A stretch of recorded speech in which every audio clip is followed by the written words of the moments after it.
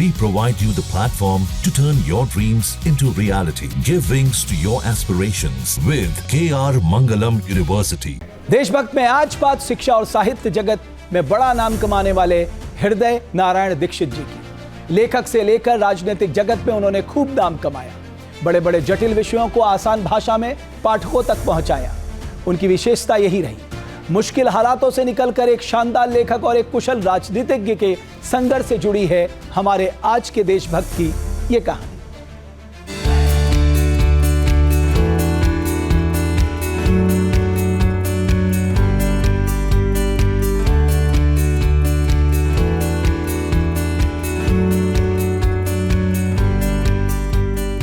शिक्षा और साहित्य के क्षेत्र में पद्मश्री सम्मान, 31 पुस्तकों के लेखक,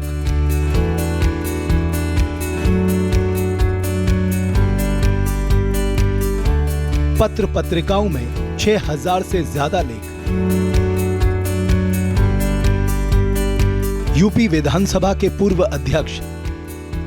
ये परिचय है शैक्षिक, सामाजिक और राजनीतिक क्षेत्र के बड़े हस्ताक्षर हृदय नारायण दीक्षित का, जो 5 बार विधायक रह चुके हैं।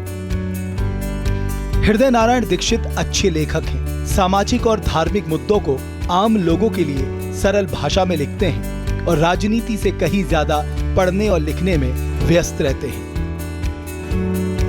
आज हृदय नारायण दीक्षित किसी परिचय के मोहताज नहीं। हालांकि तमाम मुसीबतों को पार करके उन्होंने जिंदगी में एक बड़ा मुकाम हासिल किया है, क्योंकि उनका बचपन काफी मुश्किलों में बीता था। पारिवारिक परिस्थितियां ऐसी नहीं थीं कि हम ग्राम प्रधान बनने के बारे में सोच भी सकें। सोचना भी एक गलत काम था उस समय। मेरे पास बहुत थोड़ी सी खेती थी, 1.25 बीघा, और हमारा पूरा परिवार उसके संचालन का काम पिताजी करते थे। इन्हीं मुश्किल हालातों में हृदय नारायण दीक्षित ने पढ़ाई की और अपने गांव के लिए एक मिसाल बन गए, जहां उस वक्त ज्यादा पढ़े लिखे लोग नहीं थे। मुझे पढ़ाना चाहते थे। हमारे गांव में कोई शिक्षित नहीं था। मैं पहला व्यक्ति हूं अपने गांव का जो पहला कक्षा 5 पास प्राइमरी और पहला जूनियर हाई स्कूल पास और पहला हाई स्कूल अपने गांव का और पहला इंटर अपने गांव का, पहला बीए अपने गांव का, पहला एमए अपने गांव का। दीक्षित जी के राजनीति में आने का किस्सा भी कम दिलचस्प नहीं है। वो जन आंदोलनों की अगुवाई करते करते सियासत की सीढ़ियां चढ़ते गए। मेरा राजनीति से कोई लेना देना नहीं था। मैं पढ़ रहा था। पढ़ाई के दौरान हमारे गांव में बाढ़ आई। बाढ़ की शिकायत लेकर मैं तहसील गया। तहसीलदार ने हमको अपमानित किया। हमने उनको कहा कि कोई हमारी गलती तो है नहीं, तो उनका नेतागिरी करते हो। तो झगड़ा हो गया, लेकिन उसके बाद बाढ़ पीड़ितों को सहायता मिल गई। फिर इसी तरह छुटपुट काम लेकर मैं पढ़ाई के दौरान ही किसी न किसी ऑफिस जाया करता था। हृदय नारायण दीक्षित का जन्म उन्नाव जिले के लौआ गांव में 25 दिसंबर 1946 को हुआ था। 1972 में वो जिला परिषद के सदस्य बने। आपातकाल में 19 महीने तक जेल में रहे। 1985 में वो पहली बार विधायक बने। इसके बाद 1989, 1991, 1993 और 2017 में विधायक निर्वाचित हुए। इस दौरान वर्ष 2010 में विधान परिषद के सदस्य भी बने। वो यूपी सरकार में संसदीय कार्य और पंचायती राज विभाग के मंत्री रहे और 17वीं विधानसभा के अध्यक्ष का पद भी संभाला। विधानसभा का अध्यक्ष हुआ तो प्रसन्नता और भावुकता दोनों एक साथ इसलिए आए कि मैं हाउस में जब पहली बार आ गया था और हाउस को ठीक से देखा था, तो मेरे मन में ये भाव आया था कि सबसे बड़ी कुर्सी वो है।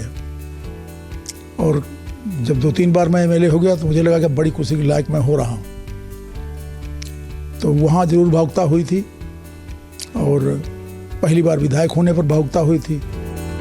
राजनीतिक सामाजिक जीवन के लंबे अनुभव और साहित्य के क्षेत्र में अमिट छाप छोड़ने के कारण इस साल उन्हें पद्मश्री सम्मान से भी चुना गया। हालांकि वो इसे जिंदगी के पड़ाव का एक अहम हिस्सा ही मानते हैं। गरीब और अमीर में ऊंचाई नीचाई नहीं होनी चाहिए, ऐसी भावना भरने का काम किया।